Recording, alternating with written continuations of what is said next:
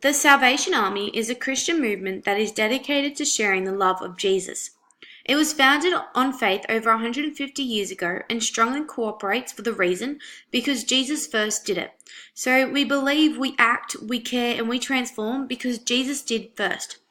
The main purpose or goal for the Salvation Army is to provide help to people in need, whether it be spirituality, physically, financially, or emotionally, or providing support services, employment, running salvo stores, or being a voice for individuals, as well as empowering individuals and communities throughout 120 countries.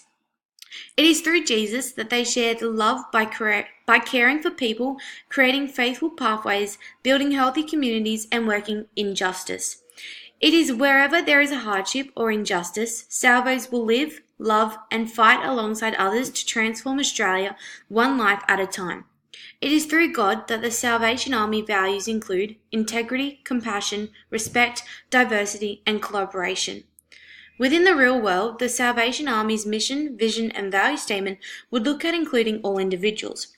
As one would look through the many activities and assistance provided to individuals and communities, one could say that they are 100% linked to their statements made. However, research and documentaries are saying quite the opposite of this. Right now, looking at the organisation within the real world, people are becoming excluded and bullied for their own rights and opinions. Now, I understand the organisation is based upon the Christian belief. However, the Salvation Army are contradicting their statements made. The Salvation Army today continues to exclude, discriminate, and bully those with different aspects of beliefs and attitudes through life. Throughout the Salvation Army, many individuals, families, and communities are felt left out and wondering if the organisation is contradicting its own mission, vision, and value statement.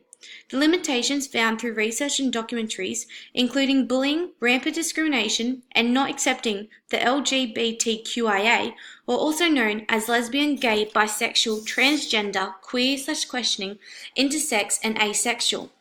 The bullying is often conducted through the ministers, which are the higher management, and is often aimed at the staff and volunteers, as well as targeting individuals and communities which they are meant to be helping. Now, to stop discrimination and bullying, organisations must upskill their management and hire qualified staff to manage the programs. To put an end to the corruption of high management, CEOs must sort this out. Ways could include looking at different or new leadership styles.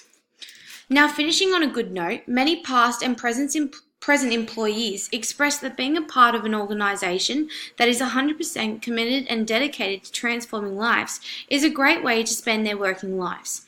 The Salvation Army cares about their people, and it is through their values of human dignity, justice, hope, compassion, and community that we bring focus to the lives of others.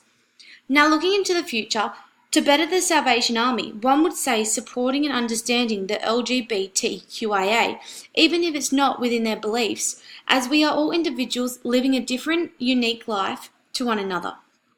As well as ensuring that the Salvation Army continues to allow individuals who live in an aged care or who have a disability are receiving the best through person-centered approaches.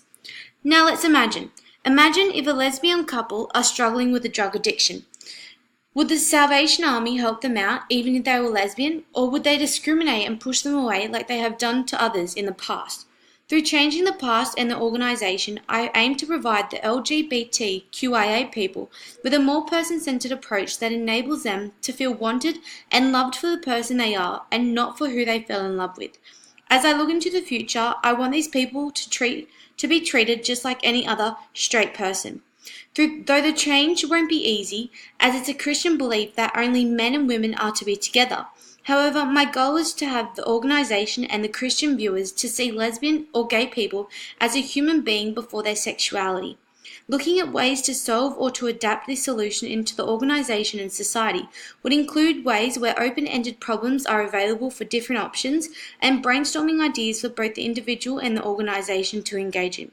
We must remember that the organisation does things because Jesus did it, and from here, because God loves everyone and died for everyone's sins, the organisation should follow the same phrase.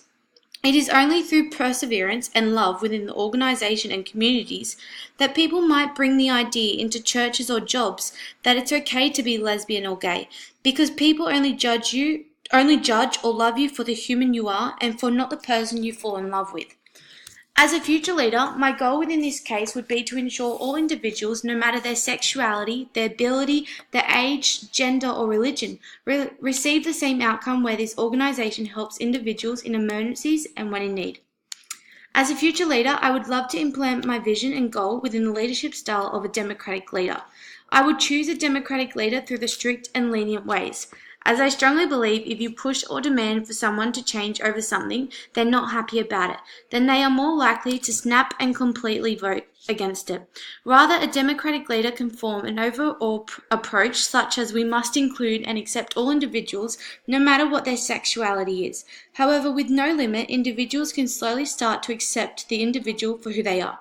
Through the benefits of a democratic leadership, I believe it would best work out within this situation, as at the end of the day, you're still allowing the individual to think about the overall decisions.